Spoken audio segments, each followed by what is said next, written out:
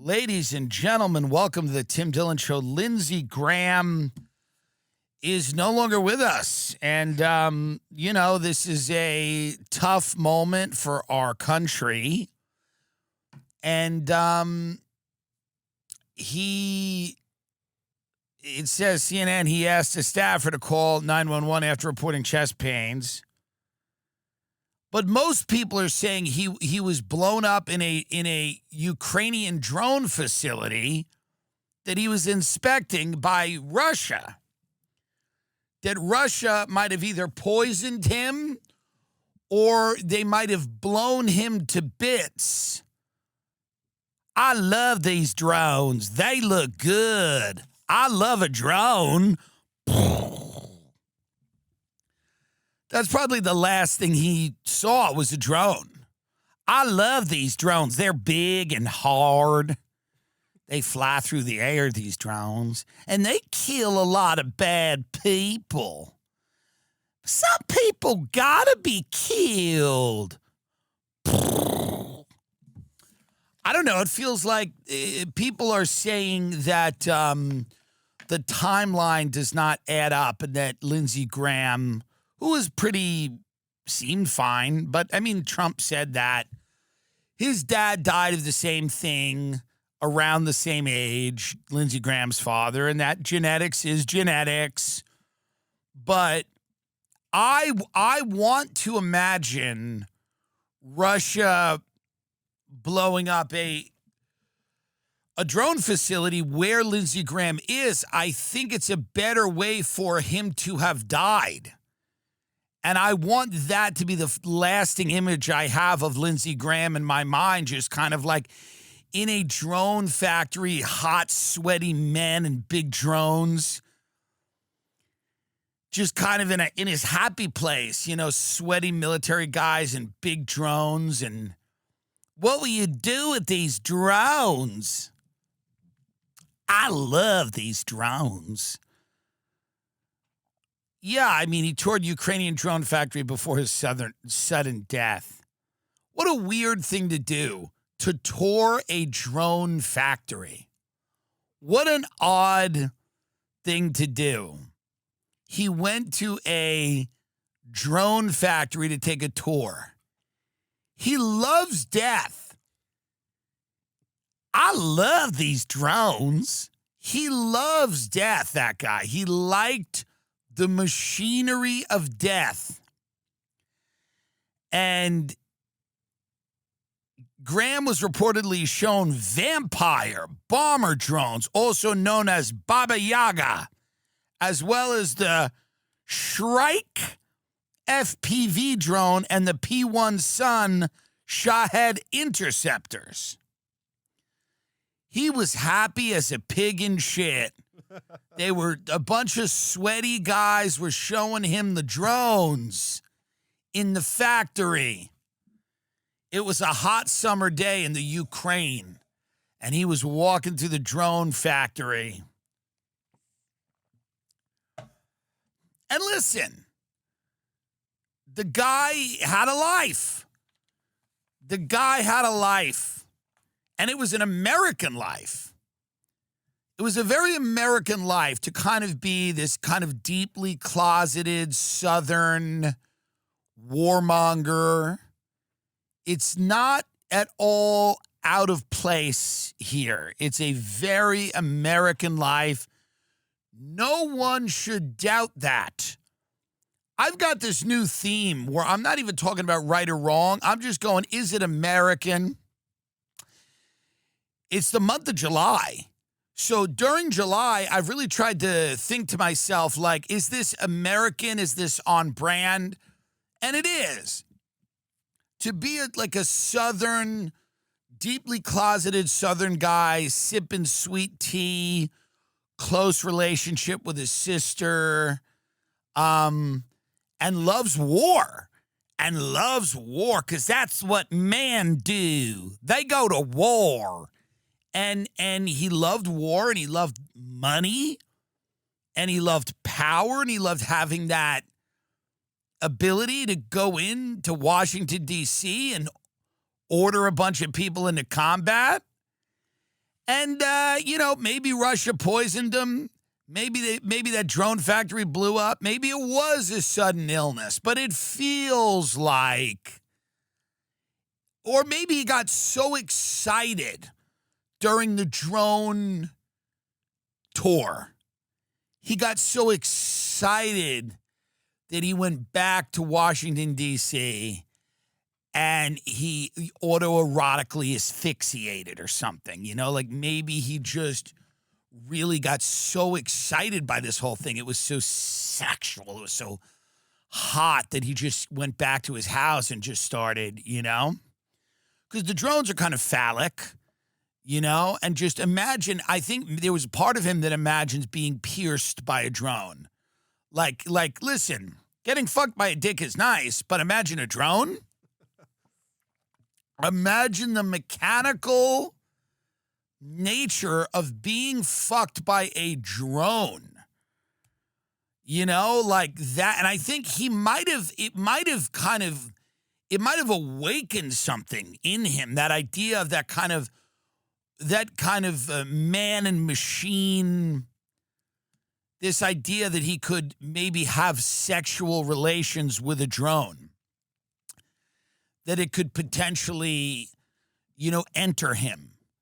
And listen, maybe in more holes than one. If the number one, orally pleasuring a drone for sure, worshiping it, licking it, tasting it, taking it in your mouth as far as it can go, cutting off your oxygen with it, breathing through your nose because you have the drone in your mouth, but then also anally spreading your legs for it and letting it enter you and letting it dominate you and feeling submissive towards it, because it is machinery that is so advanced.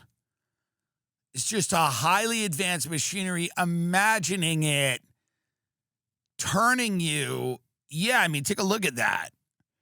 There's no way that Lindsey Graham wasn't thinking a little bit at the end about what sexual relations would feel like with a drone on some level. There's no way. And by the way, I don't think he's not going to be the last one to think it. He's probably not the first, and he certainly won't be the last, but certainly this idea that,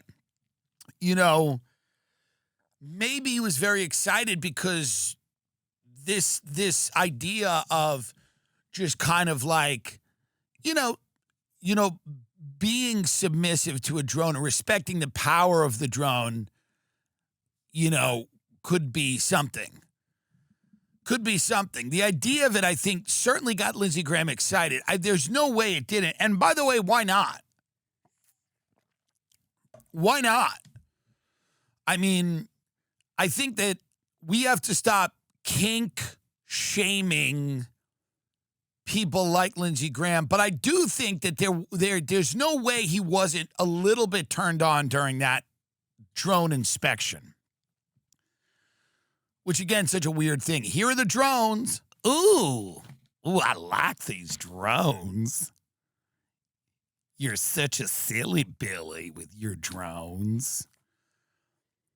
Yeah, I mean, so a bunch of people are going, hey, we don't want to hand Russia a propaganda win if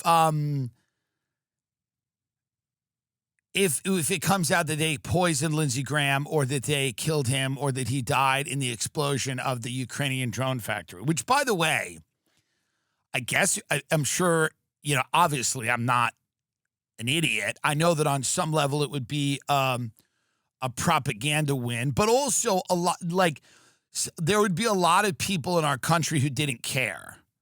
Like most of them.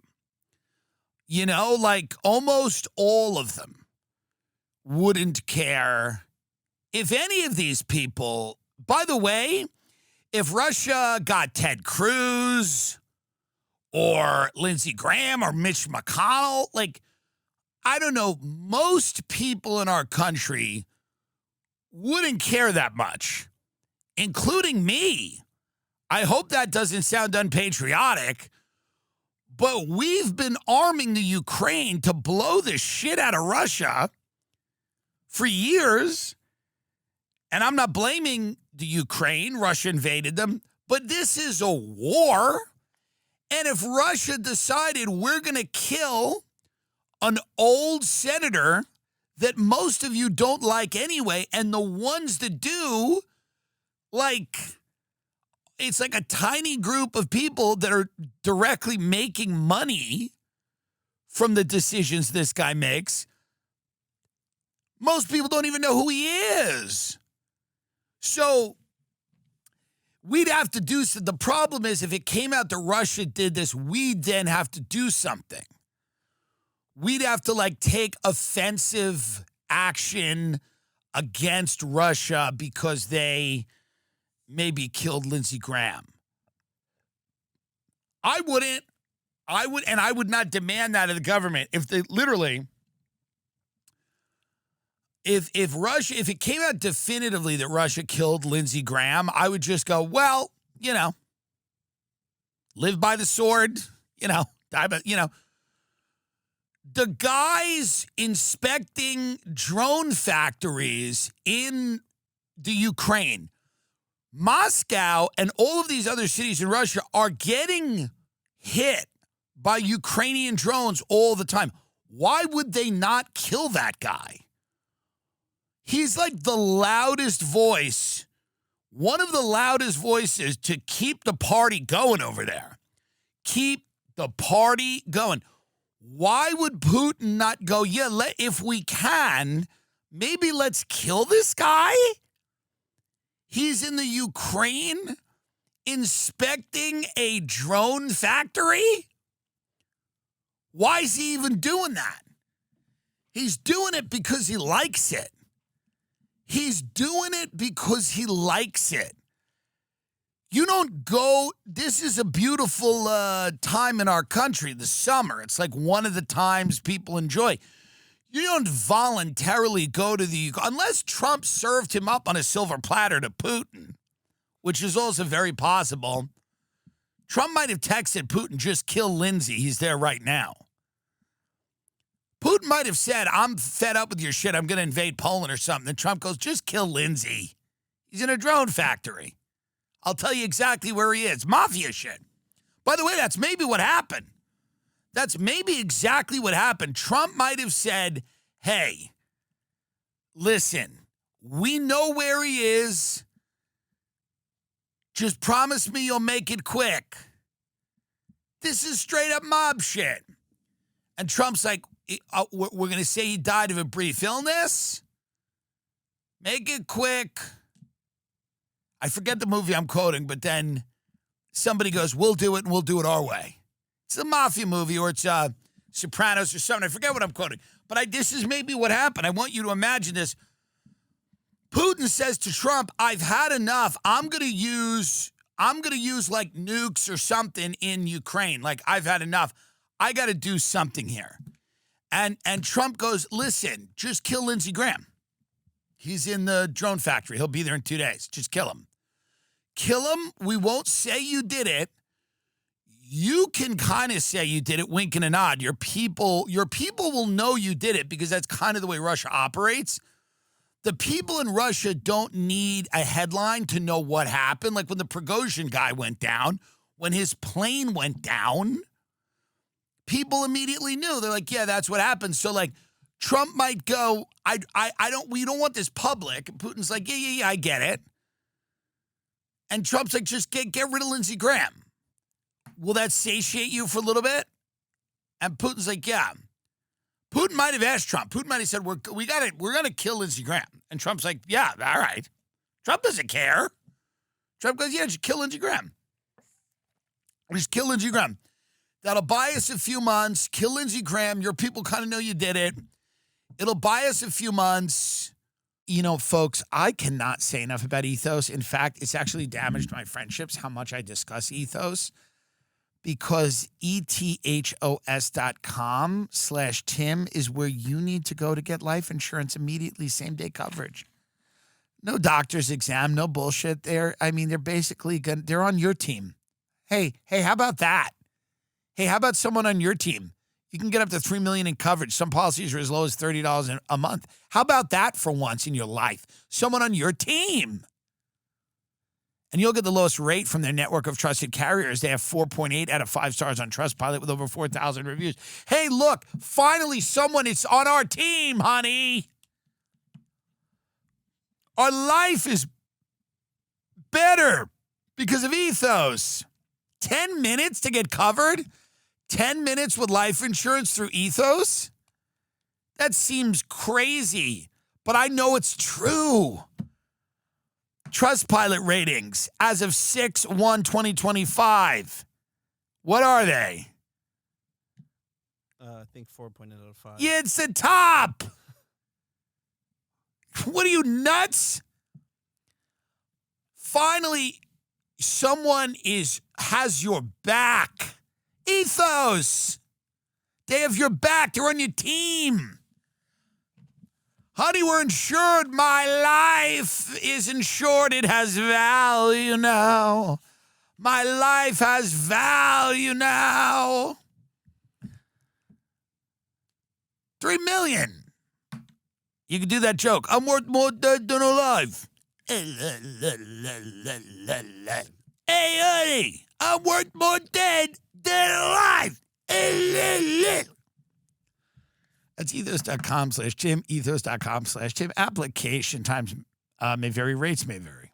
We're all over the map here. Trump comes out yesterday and goes, the voting's all fucked up, but yet the Republicans won 2016 and 2024, and now they have the House and the Senate.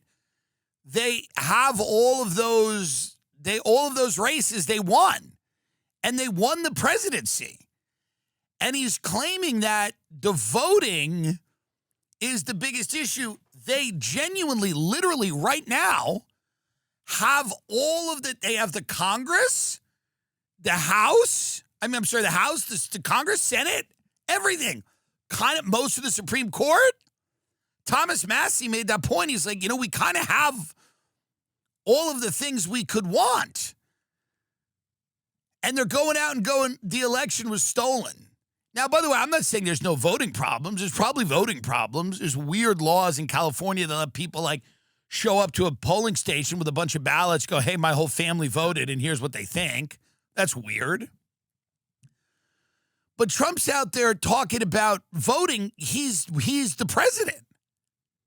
It's the craziest thing I've ever heard. He's like, the voting irregularities and the elections are stolen, but you're the president. You're the president, and you ran on a platform of no new wars, and you're about to put troops on the ground in Iran. 1,000%. You are the president. You're not popping shit from outside of the government. This is the thing when J.D. Vance goes on Rogan and goes, well, they have this whole discussion about the Epstein docs, and J.D. is like, I'll go to my death believing it was a larger conspiracy. It's kind of like these guys are like, well, what are you going to do? What are you going to do? It's like, no, you're the vice president. What are you talking about? J.D. Vance is talking about this like he's a guy at a bar in the town I grew up in on Long Island, where he'd be like, I'll always believe it was a conspiracy. You sure? That guy owns a pool company. He's gonna be like, yeah, what are you gonna do? I'll always believe someone on there. This guy's the vice president of the United States of America, going on the biggest podcast in the world, going, yep, I read all the files. Trump's innocent. Also, I'll always believe there was a greater conspiracy there. I'll always think something was going on. But what am I going to do? I'm the vice president. That's J.D. Vance's character arc right now, is his whole entire thing is just telling people what the vice president can't do. Like, what about the war in Iran? He goes, there's not much I can do. I just kind of hang out and, watch as I'm part of the administration that betrays its voters and does the opposite of everything it said it was going to do. I just kind of hang out and, this Epstein thing, who knows? What are you going to do? It's a lot of what are you going to do energy from the vice president. I'm not saying the vice president's like an all-powerful figure, but it's just hilarious that, like, that's his argument. What are you going to do? What are you going to do? Yeah, these Epstein docs, isn't that nuts, Joe? You heard about that? What? You're the vice president of the United States.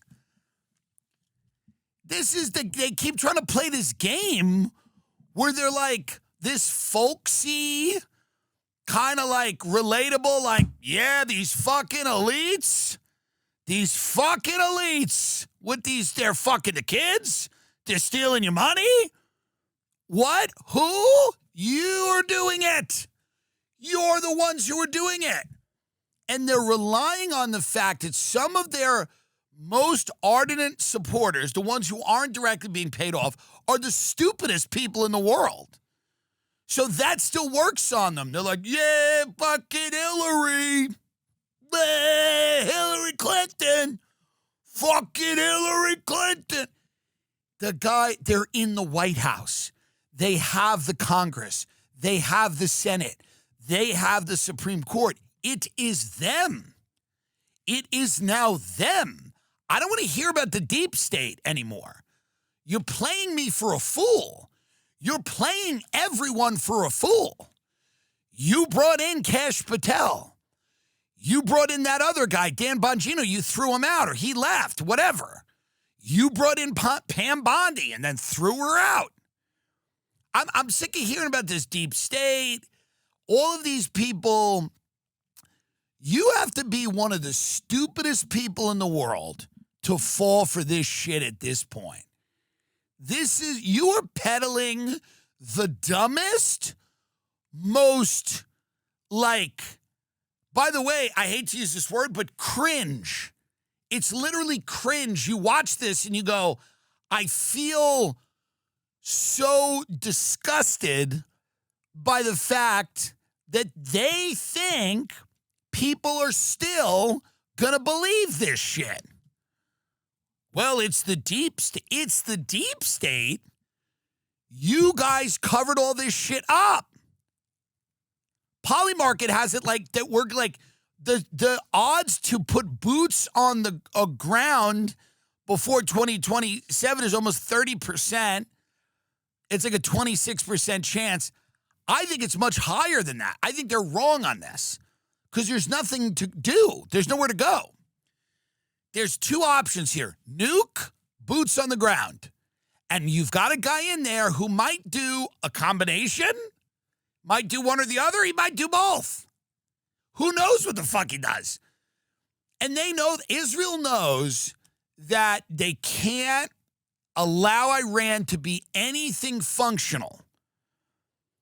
And a lot of the war hawks in America and the people, they know that Iran cannot be functional at all. It can be chaos. It's not going to look like Vermont. It's not going to look like Newport Beach. They know that. So it can be chaos. It can be nuts. It could be nuts, like warring factions and crazy. That's fine. It could look like the bar from Star Wars. But what it can't be is any type of functional country. So that's why we're bombing the shit out of them right now. Civilian losses are going up. We're inflicting pain. We're trying to fucking show them that we can hurt them and will hurt them. But it won't be enough, again, unless we put boots on the ground. And by the way, I think they're wrong 26%, by the way. I think it's much higher because there's nowhere else to go. There's genuinely nowhere else to go. What exactly are we going to do here? And obviously don't want it to happen. Do you think J.D. Vance will go back on Rogan when there are boots on the ground in Iran and go, yeah, it's what are you going to do? It's why, have you seen this? Have you seen this, Joe? These boots on the ground in Iran? That's wild, huh? That's crazy.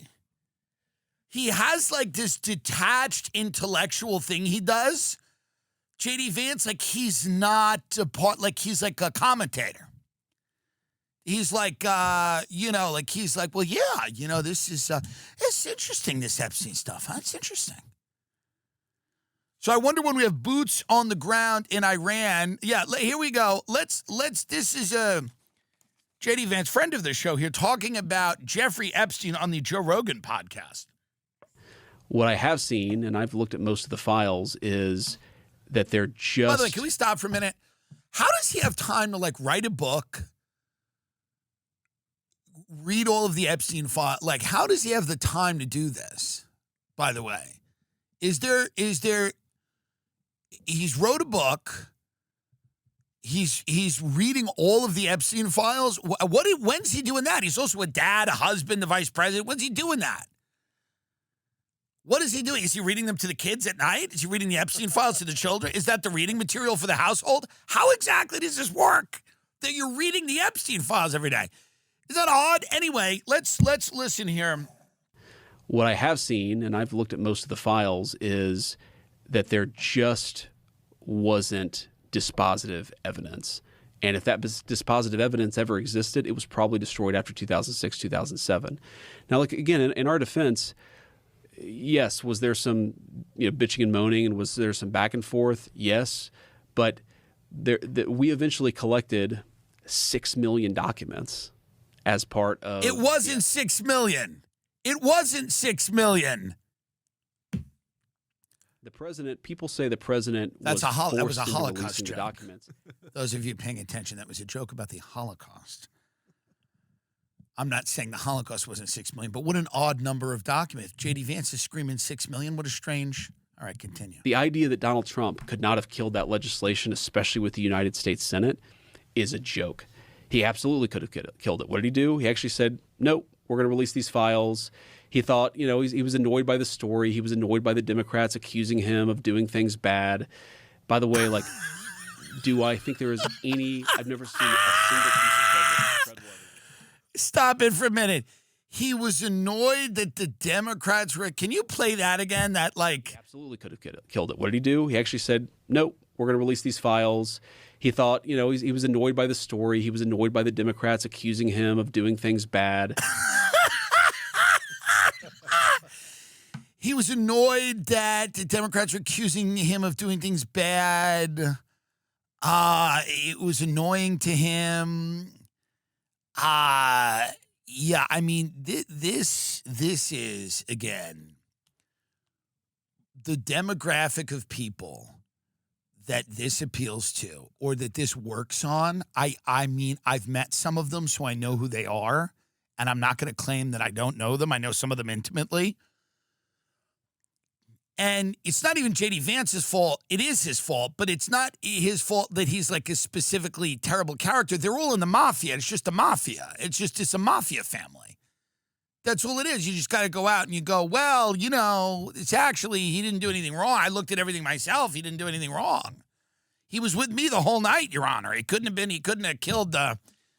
So it's just this guy's in an unenviable position of coming out all over the internet now going, this guy's on a press tour for a book.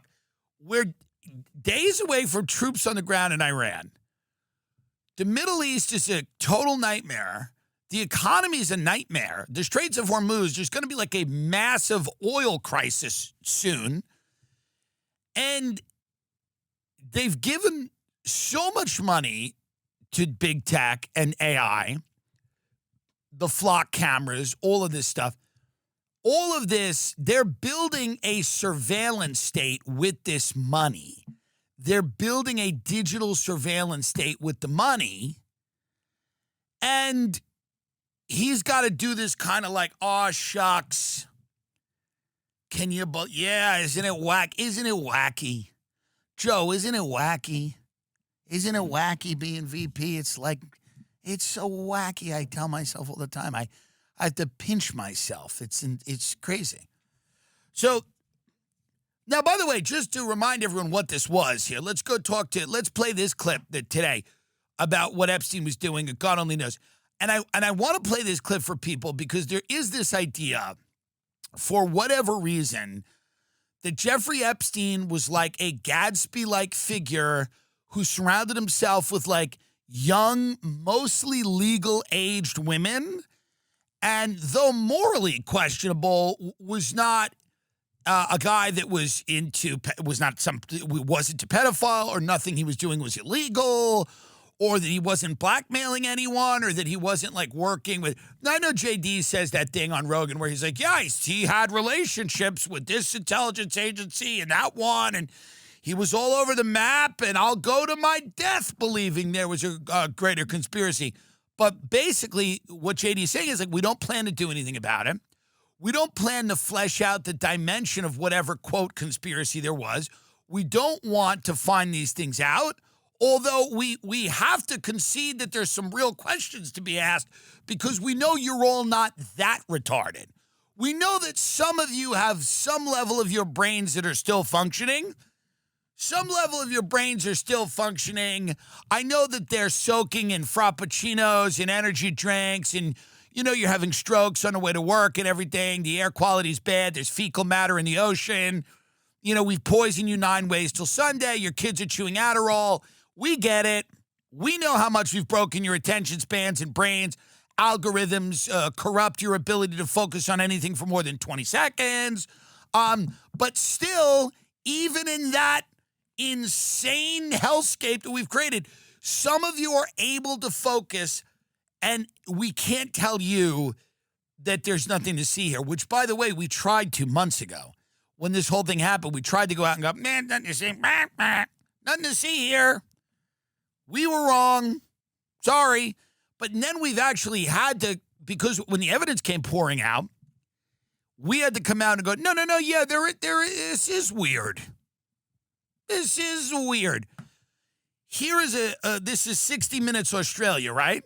Again, this is not a conspiracy program, not a crazy program, not something that's completely insane that says QAnon, that Joe Biden's a clone and whatever. Ellen DeGeneres has Kuru, that cannibal disease, which would be hilarious if she had it. I've seen no evidence that she has it, but if Ellen DeGeneres died of Kuru, that cannibal disease from eating children, it would be very funny. Obviously not for the children she ate, but for me personally, if I read that and it was from a respectable place, Ellen DeGeneres dies of Kuru, the disease you get from bushmeat. But I'm saying that this is not one of those sites. This is 60 Minutes Australia talking about Jeffrey Epstein, who was engaged in like this weird Dr. Strangelove type of like science experiments and shit in that New Mexico ranch. And I always wondered, I'm like, why don't you hear more about that New Mexico ranch? It's all about that island. And now that island's creepy as fuck. And there was, we know that the island is also probably the source of a lot of like immorality, illegality, evil, monstrous behavior. God only knows. But the ranch in New Mexico is super creepy. They're actually trying to investigate it. And I believe the Trump administration is like trying to like shut it down. The investigation, we could look into that in a second. But again, this ranch in New Mexico, it's in the middle of nowhere. Zorro Ranch. So all of this guy's properties, you would say to yourself, if this guy's just hanging out with 19-year-olds and hotties and he's like a pimp, why does he have these lairs in the middle of nowhere? It just doesn't make any sense. Like, yeah, he had a house in Manhattan, he had a townhouse in Manhattan, he had a house in Palm Beach. He was in areas where people were, but he also, in addition to that, has these very isolated, very strange, in the middle of nowhere lairs, like in the middle of New Mexico or an island. And you start saying to yourself, that's interesting. And I wonder what was going on there. And this guy is into some weird stuff. Let's take a listen to this. Girls waking up in sort of like a dark room with like a female doctor standing over them, feeling like maybe there is some kind of procedure that had happened that they weren't aware of. And I believe this is in the files. Sure, there's something in there about a baby actually being born and then just disappearing, like Dillon taking it. I personally never witnessed anything like that, but I do remember overhearing conversations about trying to create the perfect baby, the perfect gene pool. And I know that there was sort of a hunt, if you will, for the perfect gene pool. Zorro was a wacky hideaway for Epstein and his cronies, and a place to enact their most freakish fantasies, including at one point a plan for a controversial designer baby and human cloning project, in which emails from the files show the maniacal Epstein was prepared to invest in, as long as he remained anonymous. We were hearing some of the most horrible and heinous things that anyone could imagine.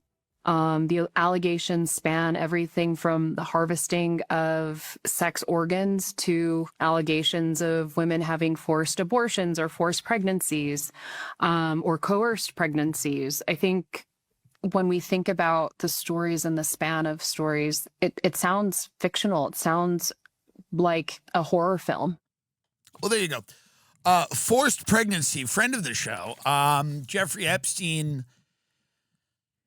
At his Zorro Ranch in New Mexico, he was this guy had interest in like transhumanism. He was a eugenicist. He wanted to, create like the perfect race. He wanted to seed the planet with his DNA in some weird way. He hung out with Bill Gates and all these creepy scientists. He would bring all these nerd scientists and get them young pussy, and then try to, I guess, ply them for information or get them on board with whatever project he was looking into. But the fact that this guy was able to do all of this for decades without any real pushback, any consequences, one slap on the wrist, sweetheart deal. And the idea that like this is not really reported. I mean, we have to go to 60 Minutes Australia, by the way, to find. Where's the New York Times on this? It's a little. It suggests that, to me, it suggests that like Epstein was another thing. Like we tend to think of like spies as like 007. James Bond, we tend to think of Mission Impossible. We tend to think of like The Bourne Supremacy. That's what we think of as like spies, like covert operatives running around the world, trying to best each other at the game of espionage. And he's not doing that. It's not him. He's not Jason Bourne. Okay. But there's all kinds of spies. Not all spies are Jason Bourne. Not all spies are running around with, poison ink in a pen and killing you that way. So then you go, well, then there's analysts that sit in the CIA and type up reports based on what the Jason Bourne people say. He's not doing that. He wasn't like sitting in the CIA decoding all this raw intelligence and typing up and writing reports and handing them to somebody and going, oh, here's the reports that we got from the station chief in Istanbul about the Muslim Brotherhood, and here's what they said, and we have a cafe bugged, and one of our guys runs the cafe, and he heard them talking about blah, blah, blah. He's not doing that. That's not his job. Okay, so he's not Jason Bourne. He's not like an analyst, not an intelligence analyst sitting there decoding intelligence and writing reports. He's not doing that. He's not a guy who seems to be really publicly advocating for a specific company. So he's not like running around going like, it's all about Palantir, or you got to get on board with Honeywell or General Dynamics or whatever. He's this other thing, this like weird, strange other thing. And his life makes no sense from the beginning of it till the end of it. The beginning of his life where he's like a math teacher at a prep school, and then he's working at an investment bank, and then he owns the largest piece of real estate in Manhattan, and then he's controlling Les Wexner's entire fortune. And then he's experimenting potentially on women in a ranch in New Mexico because he's into this weird, eugenics. And then supposedly he kills himself in the most secure prison in the country. None of it makes any sense at all. And then J.D. Vance is on Rogan going, yeah, I'll always believe there's something going on. So here, this is the New York Times. I will have to apologize to the New York Times because they wrote about this, but they're not writing about, I don't see a lot of the eugenic stuff in the New York Times. You can correct me if I'm wrong, but I don't see that because that's even too disturbing for them.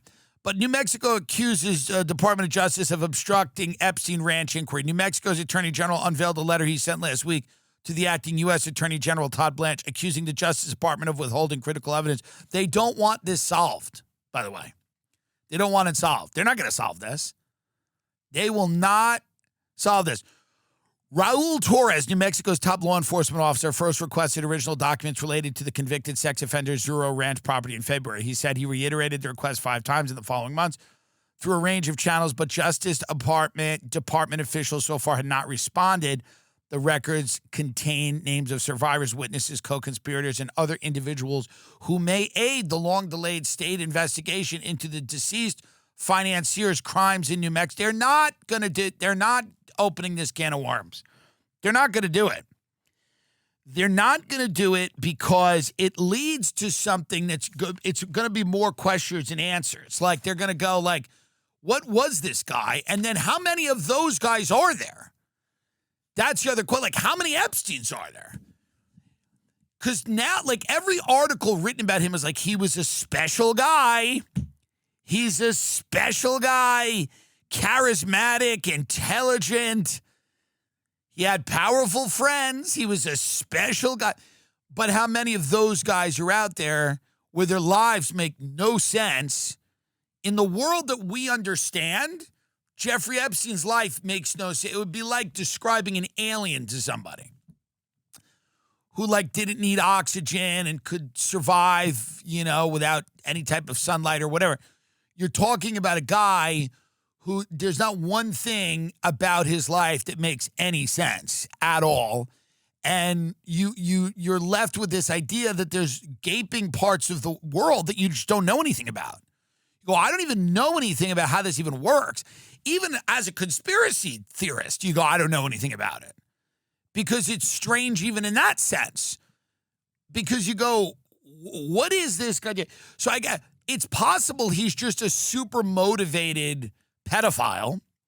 That's possible. He's a super motivated pedophile. He's just one of these guys who's really trying to, make them up. But, that also asks questions where you go, how does he get the things he has? And how does he have the connections he has? And nobody wants to open that up. And instead of that, we'll just invade Iran. We'll just put boots on the ground with Iran because who gives a fuck? Who cares about this stuff? ARMRA colostrum is so important right now because I'm telling you right now, folks, they are learning so much right now about the gut health, right? Living at life is easier if you actually feel good. Processed foods, environmental threats, and the modern stressors of just existing, you feel run down. Do you want strengthened immune health, fortified gut health, healthy metabolism, hair health, skin health? Go to armra.com/Tim, ARMRA.com. It's nature's original superfood. Colostrum is packed with over 400 bioactive ingredients and fortify gut health, strengthen immune health, promote healthy metabolism, and fuel fitness performance because keeping up with the chaos of modern life is a lot more fun when you have the stamina to do it. How about that? We've worked out a special offer for my audience. Receive 30% off your first subscription order. Go to armra.com/Tim or enter TIM to get 30% off your first subscription order. That's ARMRA.com/Tim.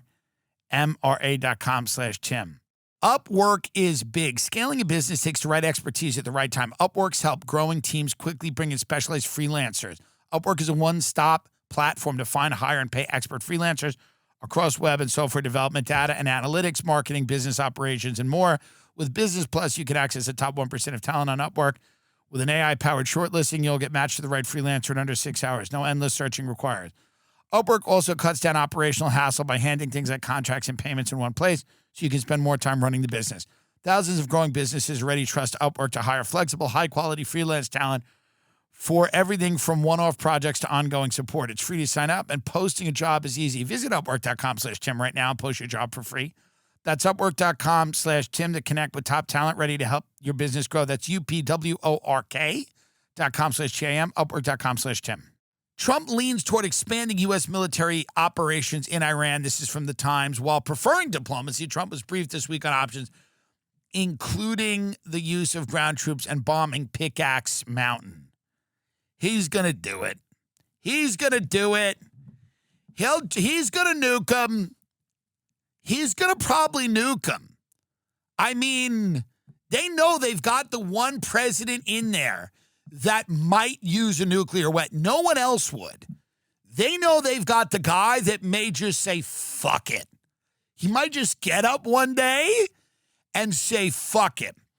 Trump hosted a Situation Room meeting Tuesday evening to discuss the potential seizure of Karg Island and other territory along the Strait of Hormuz using U.S. troops, as well as a potential bombing of a tunnel complex at Pickaxe Mountain, a nuclear-linked site the U.S. has yet to target. Expanding airstrikes against more targets in Iran, including energy sites, also remains a possibility.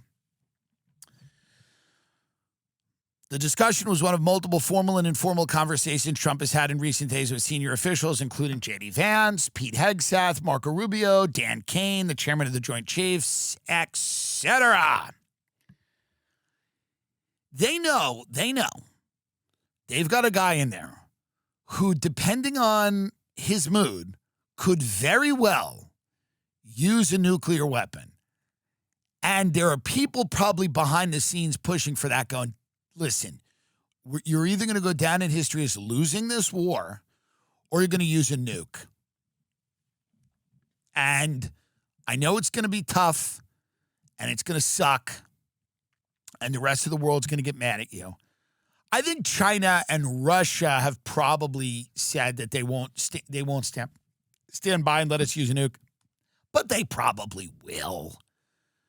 Because then if we use a nuke on Iran, China forever and ever. By the way, China then becomes the moral leader of the world, even though they might be already. By the way, China may already be the moral leader of the world right now. I want everyone to think about that. Roll that around in your fucking head.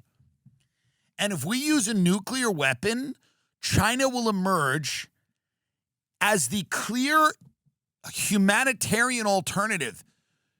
The West will lose all credibility almost overnight. And China will emerge as the superpower that is humanitarian, because they're not going around, even though they've got a camp of Uyghur Muslims that they put them in a concentration camp, which I don't care about, and no one does, by the way. No one cares about that concentration. They keep trying to get that out. The Republicans keep going, what about the Uyghur Muslim? No one cares about that. Enough. No one gives a shit. Maybe they should, but they don't. China will emerge from this because they're not invading countries. Everybody lives over there in a digital surveillance state, which is whatever. People just don't care. Now, they should, but they don't. And they're not going to care in America either. They don't care. They're not going to care. They're not going to care. This is not a country of people who are like demanding freedom and they don't care. They really don't care. So that let's just put the kibosh on that immediately. That there's going to be like a few people can destroy some flock cameras. And by the way, more power to you. Good for you. I don't want any of this shit. But the idea that like the vast majority of people in this country care about a surveillance, they don't care. So you try to hang that on China, like they have a digital credit score. No one here can afford any health care. No one here can afford anything. So like you're asking all these people in America to talk about how horrible China is while their lives suck. Now, China might be much worse than America. Like, I would never want to live there. But what a hard sell that is. You're trying to sell people on the idea that, like, the ultimate evil is China. No one, by the way, you're failing at that. No one believes that. It's like and I hate using these dumb examples, but it's true. It's the chick in the office who keeps talking about someone and to a point where you all go, you start siding with the person they're trashing. Because you go, how bad could they be? You're the one who keeps coming in here every day telling us how bad they are. Maybe you're bad. And that's what's happening. Like, so if we nuke Iran, or if we even invade, if we put boots on the ground in Iran, here's how this plays out. China emerges the single superpower in the world with the respect, and the United States of America collapses. By the way, and quickly. Our dollar will not be the reserve currency for much longer. This country will collapse pretty quickly, and this war does it. Boots on the ground does it. It will do it because China emerges. Everyone goes, let's make deals with China. The West is done. The West is done. London's done. America's done. They go, we're looking at China. We're looking at Shanghai. We're looking at Beijing. We're looking at fucking Dubai or whatever. We're looking at the UAE. America couldn't even defend the Gulf states, the bases they had in the Gulf states. America can't even beat Iran. So we've all been told, like, whoa, we're the fucking toughest guy on the block. That's not true. We've just kind of been exposed. Doesn't mean we don't have nukes and we don't have missiles. We don't have, a great military, in the fact that the people that join it, should obviously be respected, and you should hope they win. But let's look at the facts. The facts on the ground right now are that war no longer works. China realized this years ago. China goes, war doesn't work.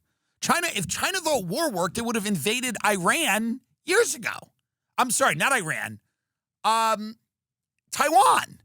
If China thought war worked, China would have invaded Taiwan. China's smart enough to go, war doesn't work. Look at Russia and the Ukraine. Look at war worked in the time when you could go and carpet bomb city. Here's who war works for. I'm telling you right now, Israel. And here's why it works for them. They're willing to just go in and kill everybody. You have to be willing to go in and kill everybody for war to work. Otherwise, it doesn't work. Surgical strikes, winning the information war, no, none of that works. None of it works. You have to be willing to go in and basically kill everybody. And if you're unwilling to do that, it's just a matter of time before you have to, it's either going to be a stalemate, a frozen conflict. Your citizens are going to decide it's not worth it. War doesn't work. It doesn't work. And China gets it. China goes, we're just going to spread money around. We're going to do the Belt and Road Initiative. We're going to build schools. And yes, we're going to put everyone in our surveillance grid and our social credit score. And we're taking everybody's freedom, and I'm not for any of that. And China's going to go, we're not we will kidnap you if you have too much money. And we're not going to tolerate, and we are a centralized control system where people are going to feel like they are free, but make no mistake, they are not. But the way we export that control system to the rest of the world is not at the barrel of a gun. They watched our misadventures in the Middle East. They watched us lose credibility. They watched how embarrassing it was. And China goes, no, we're just going to spread a lot of money around. We're going to engage in a lot of corporate espionage. We're going to steal a lot of good ideas. We're going to know what everybody else is doing. And our technological supremacy is going to enslave the world before the United States.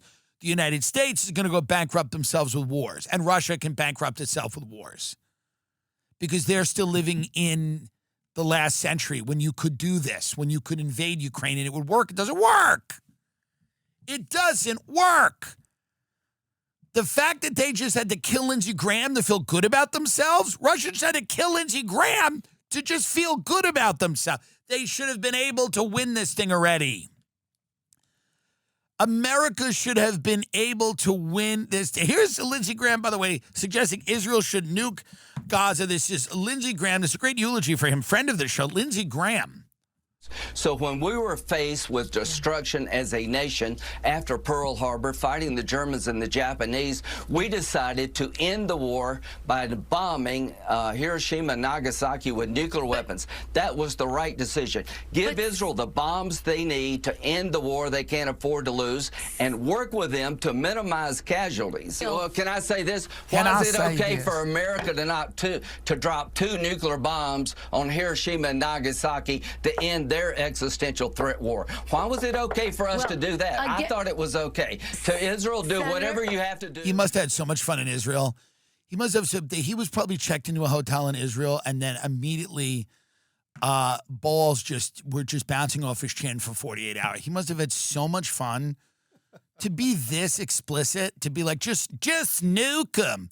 Even people are probably like, Lindsey, let's not go that hard. Like, even like his handlers are probably like, Lindsey, let's rein it in a little bit. Hey, how about you just nuke them? Give them the bombs that are needed to do the job. Why is it okay that we drop 2 bombs on Hiroshima and Nagasaki and you can't use nuclear weapons on Gaza? Just nuke them. Nuke them, baby. Like, it's so, I envy the amount of fun he must have had there. Maybe if they would provide me with whatever they provided him with, maybe I'd be here being like, just nuke them, God damn it. It's the Christian thing to do, is to nuke somebody. I can't imagine, but this is all, and this is actually a good clip. This is all that is left. All that is left, by the way, in these conflicts, I hate to say it, and I don't want to be prophetic here because none of these prophecies end up being good, is the only thing that's left to do is to start nuking people. There's nothing left to do. These countries like Russia and the United States, they're taking humiliation after humiliation. We're heaping humiliations on Russia. Hopefully that works out. And we're also engaged in some kind of weird humiliation ritual ourselves because, like, we are now being found out that we do not have the military supremacy that we thought we did, in the sense that sinister banner shows Trump family in coffins as Iran demands blood for blood. Yeah, I mean, this is what this Iran's we killed their leader. We killed their spiritual leader, and I imagine they're not thrilled about that. This is like, it's so hard to like talk to people because everyone's like a goldfish. They have no memory. So goldfish, like every time they go around the little bowl, it's like, oh, wow, a castle, some trees, ooh, food. Like, goldfish don't know what's going on. So we also have that because, like, you would see this. You go, okay, look at what Iran is doing. And you go, yeah, but we, like, killed their spiritual leader. On, like, day 1 of the war, we just whacked the guy. What do you think happens? How do you think they respond to that? But war doesn't work. This is what we've learned. We've learned this over the last 12 to 24 months. We saw it with Russia and Ukraine. We saw it. War does not work unless you are willing to deliver a real, like, devastating blow to a large number of civilians. Otherwise, war doesn't really work in this era. Number one, it's on TikTok. It's on social media. That's why they're banning all these apps for kids. They're not banning them because they care about your kids' mental health. I've said it before. They're banning it because young people are they're the ones getting really fucked over by what's going on now, and they want to know why their countries are being delivered to organizations like the EU. And I'm not saying that everything's bad about the EU, but they're going like, why do I have to accept higher levels of migration, less economic opportunity? Why do I have to accept certain cultural norms that I may or may not agree with? Why does it feel like there's a monoculture that's being thrust on me and my generation of people? And those people start questioning those things. So that's why they're getting rid of social media, because they don't want people being exposed to those debates. They don't want people seeing that. They basically need compliance. And the way that you get compliance from people is to take away their ability to get information. So, and by the way, every group of people is fighting for that generation of people. So if you're an Islamist, you want those kids and you want them to convert to Islam. If you are a Christian nationalist, you want them to be a part of the project of fusing Christianity and politics. If you are a radical Zionist, you want to convert those kids to the idea that Israel's owed, large swaths of the surrounding countries and that's a biblical prophecy. If you are a secular, LGBTQIA2 plus, you're trying to convert that generation to your way of thinking. And it's a battleground. And now the internet's just hate. It's just groups of people that hate each other. There's almost I got to be honest with you, there's almost no reason, this show, of course, is, but there's almost no reason to go on the internet anymore. Really, I mean, it's all AI slop and just hate. It's just groups of people who hate other groups of people and blame them for why society looks the way it does. It's a bunch of cultures competing to be who can be a victim. It is really a depressing, dispiriting place.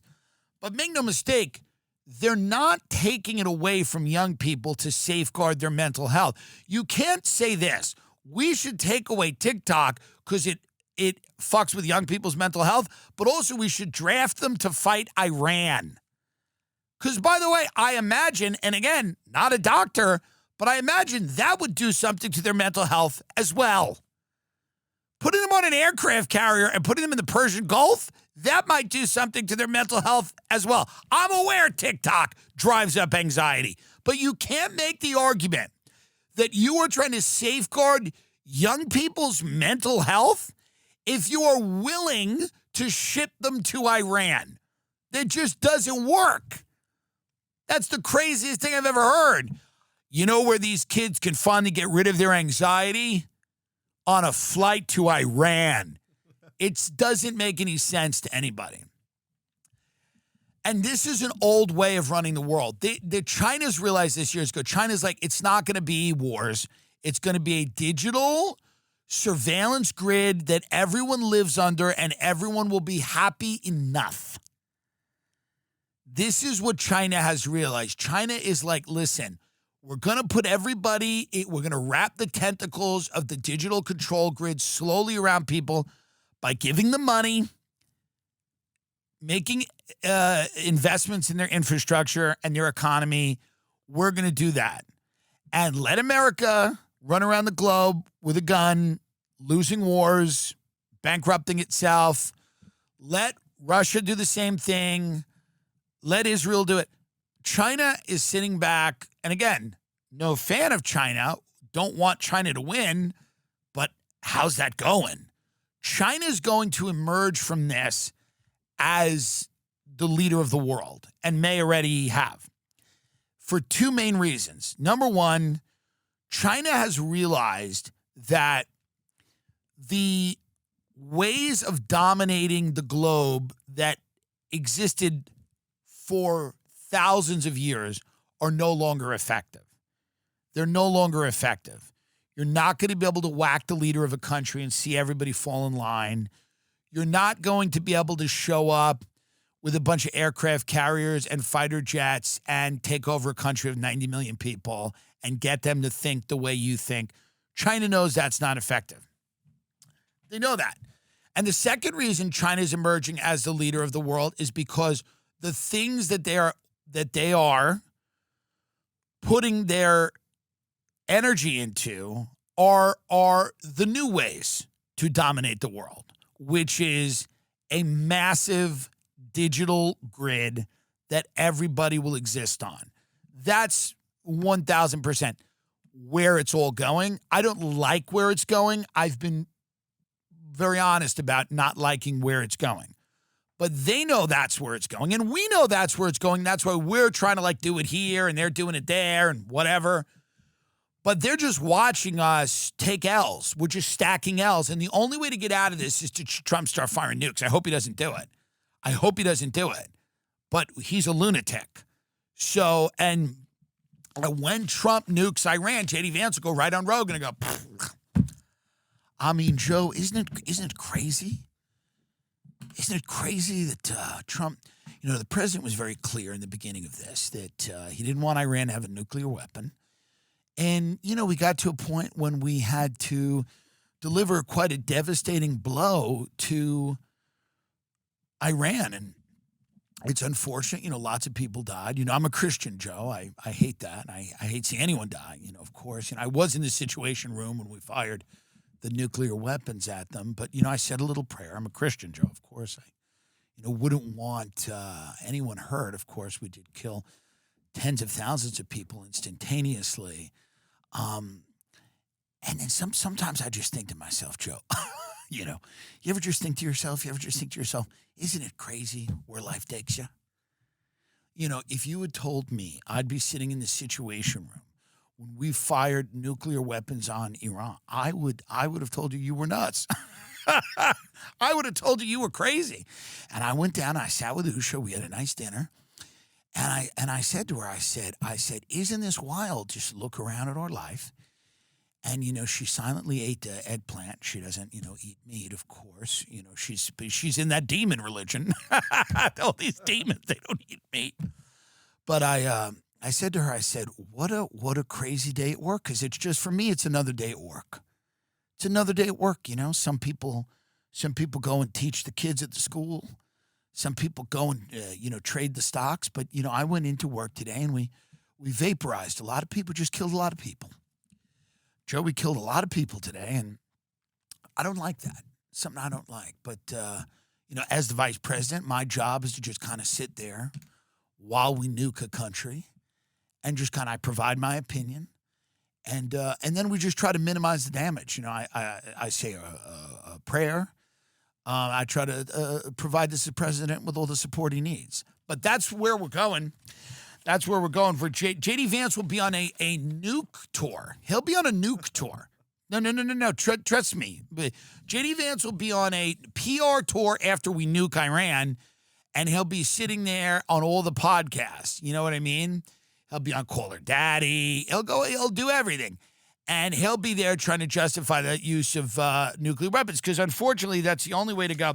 So many people right now are really putting some focus into the old and how they look. And Nutrafol is the #1 dermatologist recommended hair growth supplement brand used by over 1.5 million people. It has formulas built for men at different life stages. They have things for guys that are 18 to 49. Nutrafol for men 50 plus, which is the first product of its kind specifically made for men over 50, address the key root causes of hair thinning wherever you're at in life. Grow visibly thicker, fuller hair in 3 to 6 months. I'm telling you, it's the official hair growth partner of Major League Baseball. These are guys who perform at the highest level, and they trust Nutrafol to help keep them on top of their game. It's backed by peer-reviewed studies and NSF certified for sport, the gold standard for supplement quality. This is what the athletes are using, and if it's good enough for them, it's good enough for you. Start Nutrafol today and make that hat optional. Visit Nutrafol.com, enter promo code TIM for $10 off your first month subscription and free shipping. Find out why Nutrafol is the best-selling hair growth supplement brand at Nutrafol.com, spelled Nutrafol.com, promo code TIM. That's Nutrafol.com, promo code TIM. Quick before we get out of here, bacteria shuts down beaches coast to coast in the U.S. You can't go to the beach anymore because there's shit in the water. Let's listen to this. Tonight from California to Cape Cod, beachgoers escaping scorching summer temps are running into a wave of issues. Dozens of beaches in Massachusetts temporarily shut down. Officials posting water quality warnings at beaches in New York, New Jersey, Washington State, and here in Southern California, where the famed Santa Monica Pier comes flanked with signs sharing swim at your own risk. Yeah, there's shit in Is the it water. harmful? Is it not? I mean, Right. when you hear bacteria, you automatically think it's harmful. Yeah, it The is. heightened levels of bacteria discovered a sign water may be contaminated with germs or fecal matter. Here's what it is. This is what all the tech people wrote. We're at the end of this. We're at the end of this being a livable planet, and they know that, and that's where they're trying to get out of here. It's 110 10 degrees and you're just trying to cool off and you can't swim in the ocean because it's a toilet and there's shit everywhere. So the tech people know that. I mean, let's say this. Creeps, sure. Freaks, absolutely. But they know that this is, look, whatever this has been is ending. We're watching this and we're going towards a new thing. We don't know what that new thing's going to be. We talked about a little bit what it's going to look like, but they know this. You can't even swim in the ocean anymore because it's just bacteria and shit. And all these factories and stuff and companies, they just dump shit in the oceans and they dump bacteria and they don't care. And, you know, eventually you just spoil the planet and you go, we got to go somewhere else. We got to get out of here.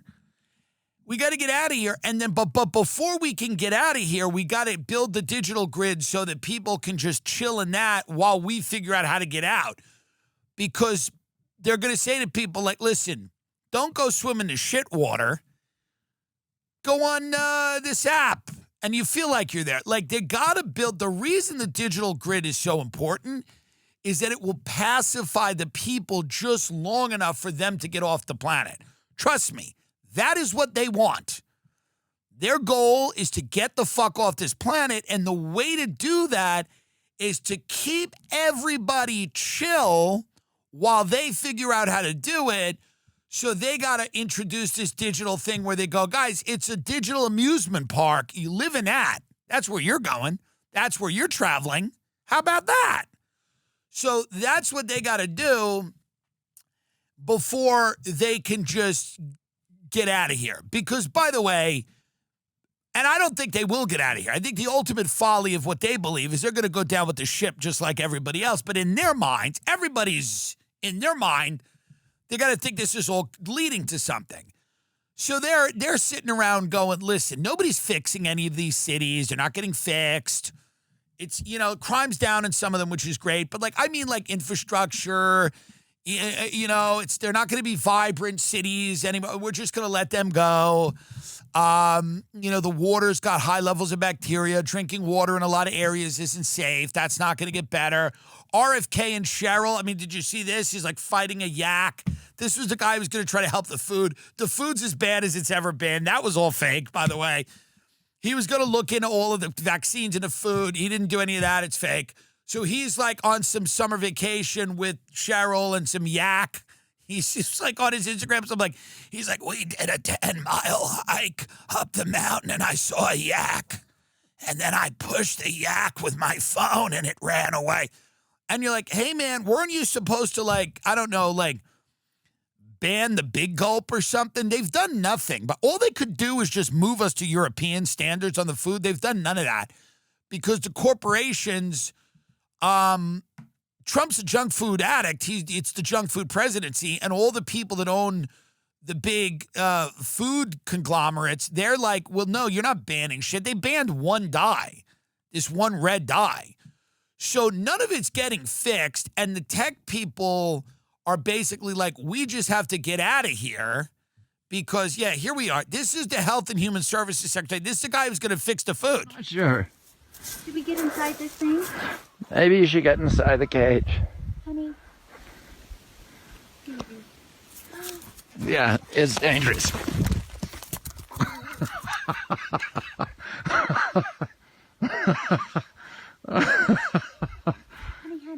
Come on, honey. Don't talk to her. Get up on the other side of that stone. Get on the other side of this stone wall. He's fighting a yak. All right, get him out of here. So that's now what our country has become. Our country now, he's doing content. The Secretary of Health and Human Services is now doing content on social media with wild animals. He's now become some weird version of the crocodile hunter. He's now like, he's the Steve Irwin that we deserve. You know what I mean? It's like, it's so that's what it is. So the tech people, again, they know this thing's cooked and they're just looking for a way out. But before they can get that, everybody's got to like voluntarily go into this matrix control grid thing, only because like everybody's just going to have to be well behaved because, there's going to be a lot of reasons to not behave. That's coming. There's going to be a lot of reasons to not behave, like having no money, having no job, having not a lot of food, an energy crisis. Like, there's a lot of reasons for people to take to the streets. So what they got to do is get people to doing something. They got to get people doing something so that they're not out in the streets, so that the tech people can just basically plan their escape. Because that's what they're trying to do. They believe that. They believe they're trying to get off the planet, merge with technology. Once they merge with AI, it won't be that long. They go, once we have quantum computing, once AI is as smart as anything that's ever been, times a million, then they'll be able to just get the fuck out of here. They go, but we're going to merge with this AI. So otherwise, this AI would just get rid of us and then leave. We're going to merge with it so that and this is Musk, all these guys want this. We're going to merge with this intelligence so that we then have it and we can get the fuck out of Dodge and then leave the people here on this rotted bacteria, planet of shit oceans and smog and wildfire smoke and hell. And lettuce at Taco Bell causing diarrhea and everything. They know that this is what it is. Like, this is, most of the stories this summer have been about shit. They've been about shit. There's shit in the ocean. People can't stop shitting because of the food they're eating. Most of the stories this summer have been about fecal matter. Most of them. And they know that the planet is turning to literal shit. Literal shit. Not a metaphor. And the tech people know that. So they just go, listen, they're all going to eat these burritos and shit themselves. And then there's going to be shit in the water and they're going to go swimming in shit. And we just got to give these people some fucking meta glasses or whatever and just let them sit on their couch and they can shit themselves and they can watch the World Cup through their meta glasses because we're getting the fuck out of here. That is what they're doing. They go, we're getting the fuck out of Dodge. So put your meta glasses on, sit on the couch, and shit yourself and watch the World Cup because we are getting the fuck out of here. That's what they're doing. That's 100% what they're doing. It's the summer of diarrhea. This is the summer of uncontrollable shit. This is the summer of people not being able to control their ass. That's what it is. This is not the sexy summer.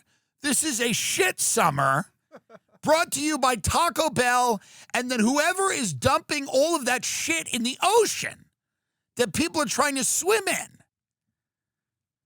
It's almost like invading Iran. It's almost like it's the only story that wouldn't involve literal human shit. So that's the kind of summer we're having in America. And the people know. The people know what it is. They know what it is. They know what's going on here. We're announcing a few new dates in the fall. TimDillonComedy.com. Enjoy your week. Swim in the shit. Just go swim in the shit because your family won't know the difference and maybe one of them dies, but you can't afford them anyway. Swim in the shit water. And if one of your children dies, it'll be a tragedy, but you'll back to school shopping will be a lot easier. Anyway, that's our statement. That's our hopeful take for you. And see you next week.